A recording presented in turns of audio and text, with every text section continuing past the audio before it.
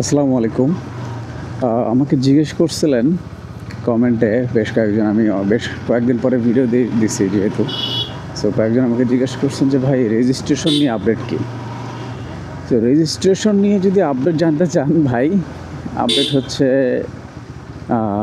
তো ওই যে হিরো বাংলাদেশের যে সিইও আহমেদ ভাই, তো উনি তো আপডেট দিলই। উনি বললো যে বেশ কয়েকজন কমেন্ট করছিল ওনার ইতে, তো উনি বললো যে ওনার আর 2 সপ্তাহ সময় লাগবে।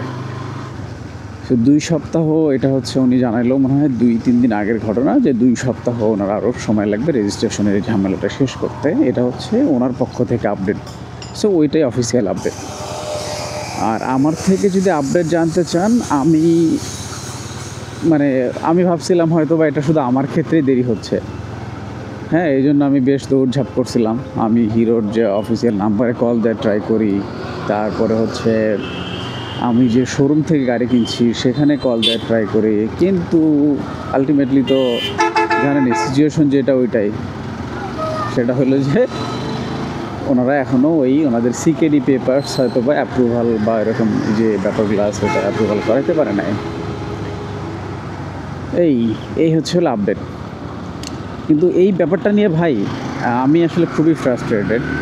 সেটা হচ্ছে যে ভাই, তোমরা গাড়ি সেল করছো, মানে তোমরা গাড়ি লঞ্চ করে ফেলছো তোমাদের এই বিআরটিএ থেকে এসব কাগজপত্র অ্যাপ্রুভাল করা ছাড়াই।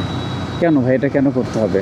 আজকে আমরা যারা প্রায় 2 মাস ধরে বা 1.5-2 মাস ধরে যারা গাড়ি কিনছি, আমরা গাড়িটা কেন কিনছি? আমরা তো রাস্তা চালানোর জন্যই কিনছি, কিন্তু আমরা যদি এটা চালাইতে না পারি তাহলে তো লাভ কী বলেন? আমরা একটা হাইওয়েতে উঠতে পারি না পুলিশের ভয়ে, যে পুলিশ কখন ধরে মামলা দিয়ে দিবে। তো এটা তো হইতে পারে না। আচ্ছা, আমি সরি, আমি খুব যেহেতু অভ্যাসটা খুব কম, ড্রাইভ করতে করতে কথা বলাটা, বিশেষ করে শহরের রাস্তায়, তো সবাই একটু আমার কথা বলা বা রাইডিং একটু হলে সুন্দর দৃষ্টিতে দেখেন। আচ্ছা, তো যেটা হয়েছে যে এটা কখনো উচিত না। কালকেও একজন আমাকে ইনবক্সে জানাইলো যে ভাই আমরা খুবই বিরক্ত এটা নিয়ে, এটা তো আমাদের কখনোই উচিত হয় নাই। আপনারা গাড়ি তখনই লঞ্চ করবেন বা লঞ্চ করেন, ঠিক আছে, কিন্তু সেল করা স্টার্ট করা উচিত ছিল তখন থেকেই, যখন আপনার সব কিছু রেডি। আপনি এখনও আপনার কাগজপত্র অ্যাপ্রুভাল না করাতে পারলে তাহলে গাড়ি কেন সেল করা স্টার্ট করছেন, তাই না? তো এবং আপনি দেখেন, এটা কিন্তু অনেক রিস্ক। অনেকেই দেখা যায় রিস্ক নিয়ে হাইওয়েতে বের হইতেছে।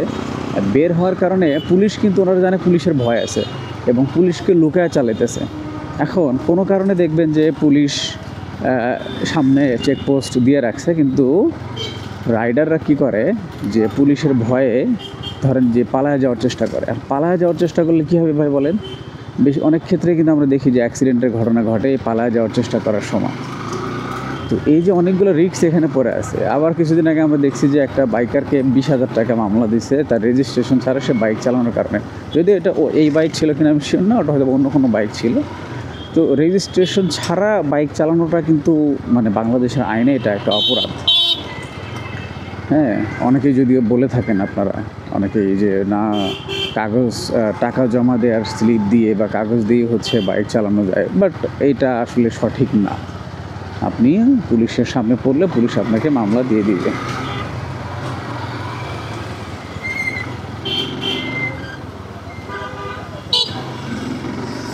ওকে, ছেলের স্কুল ছুটি 12টা 1-এ, আমি 12টা 1 বেজে গেছে, পৌঁছাতে পারি নাই।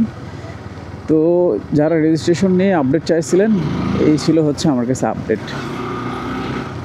সো সবাই ভালো থাকবেন, দেখা হবে পরবর্তীতে কোনো একটা ভিডিওতে। আসসালামু আলাইকুম।